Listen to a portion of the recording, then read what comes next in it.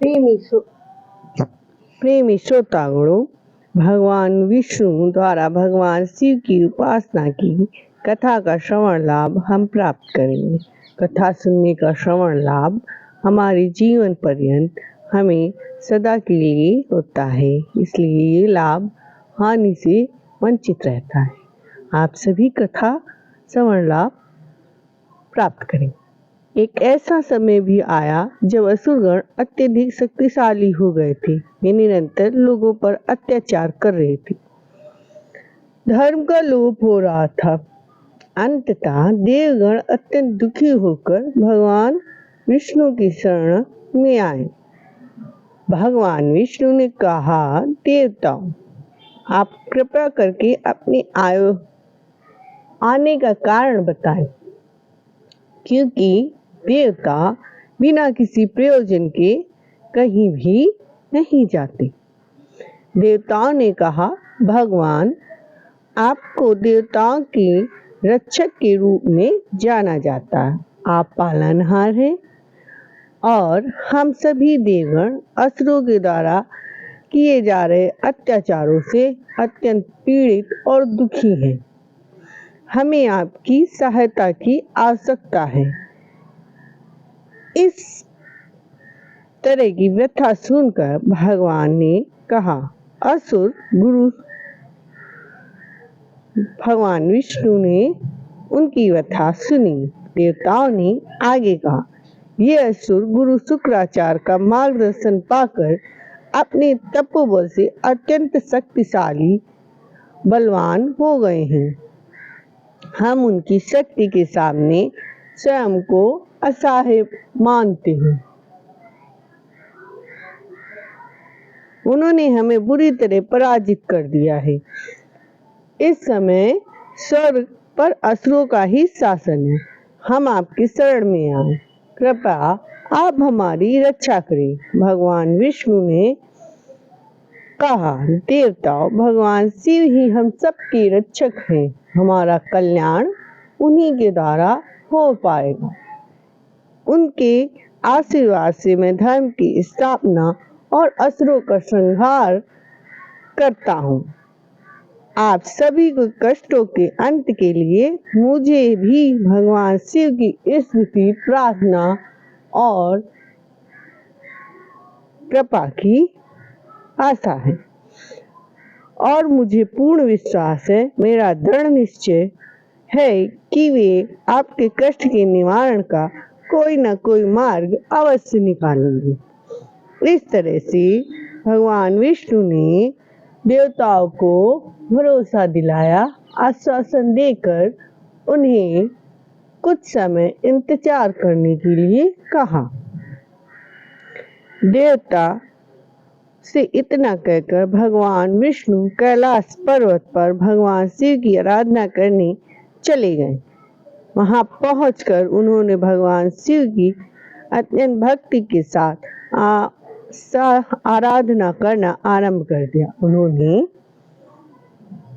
भगवान शिव के शिवलिंग की आराधना की और सहस्त्र नामों का जाप कर निरंतर करते रहे। प्रत्येक नाम के उच्चारण के साथ साथ एक एक कमल पुष्प भगवान की प्रसन्नता के लिए अर्पित करते रहे। एक दिन भगवान शिव, जो अंतर्यामी हैं, भगवान विष्णु की भक्ति की परीक्षा लेने के लिए अपना निश्चय किया। नित्य की भांति उस दिन भी भगवान विष्णु शिव के चरणों में अर्पित करने के लिए एक सहस्त्र कमल पुष्प लाए। भगवान शिव ने एक पुष्प कहीं छिपा दिया। भगवान शिव की ये लीला थी और भगवान विष्णु की परीक्षा लेने का एक साधन। भगवान विष्णु को इस लीला का पता नहीं चल सका, परंतु पुष्पार्पण करते समय उन्हें पुष्प नहीं दिखलाई दिया। एक कम पुष्प होने से उनकी पूजा का क्रम टूट रहा था और पुष्प को उन्होंने पृथ्वी के कोने कोने में हर संभव जगह पर ढूंढना आरंभ कर दिया। चूंकि ये लीला भगवान शिव की थी, इसलिए प्रत्येक जगह खोजने के पश्चात भी उन्हें पुष्प कहीं नहीं दिखलाई दिया। अंततः भगवान विष्णु को कोई रास्ता और चारा न दिखलाई पड़ा, तो उन्होंने अपने कमल समान नयनों को ही परमात्मा शिव के प्रसन्नता के लिए निकालकर चढ़ा दिया। उस कमल पुष्प के स्थान पर भगवान शिव के चरणों में अर्पित अपने नेत्रों से, क्योंकि विष्णु के नेत्र कमल के समान ही हैं। भगवान विष्णु की ऐसी अनन्य भक्ति देखकर भगवान शिव अत्यंत प्रसन्न हुए। उनकी परीक्षा लेने का क्रम समाप्त हो गया और उनकी भक्ति से प्रसन्न होकर भगवान शिव तुरंत भगवान विष्णु के समक्ष प्रकट हो गए। विष्णु, मैं तुमसे अत्यंत प्रसन्न हूँ, कोई भी वर मांग लो। भगवान विष्णु ने कहा, महेश्वर, मुझे तो आपसे कुछ कहने की आवश्यकता नहीं। आप स्वयं अंतर्यामी हैं, घट घट के वासी हैं। आपको बतलाने से मुझे आवश्यकता नहीं, परंतु फिर भी यदि आप मेरे मुख से मेरी व्यथा को सुनना चाहते हैं, तो मैं आपकी जानकारी के लिए ये बात बतलाता हूँ कि इस समय संपूर्ण जगत में असुरों के अत्याचारों से धर्म की हानि और चारों ओर संत जन, महात्मा जन, देवताओं के द्वारा त्राही त्राही हो रही है। धर्म की पहचान मिट चुकी है।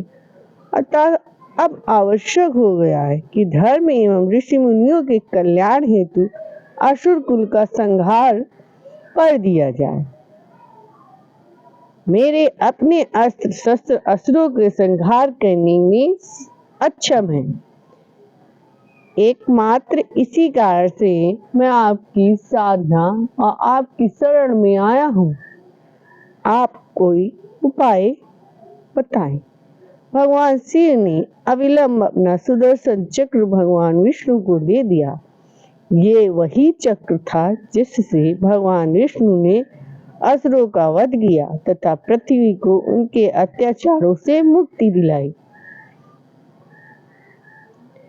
देवताओं ने चैन की सांस ली और भगवान विष्णु के लिए यह अत्यंत प्रसन्नता की बात थी कि उन्हें सुदर्शन चक्र के रूप में एक दिव्यास्त्र प्राप्त हो गया था। इस तरह से आप सभी प्रेमी श्रोतागणों ने भगवान विष्णु के द्वारा भगवान शिव की उपासना की कथा और उसका उद्देश्य जाना। अब हम आगे की कथा में भगवान के भक्त उपमन्यु द्वारा भगवान शिव की उपासना का श्रवण लाभ प्राप्त करेंगे, जो हमारे साथ सदा रहेगा। श्री शिवाय नमस्तुभ्यम। हम कथा समाप्त करते हैं।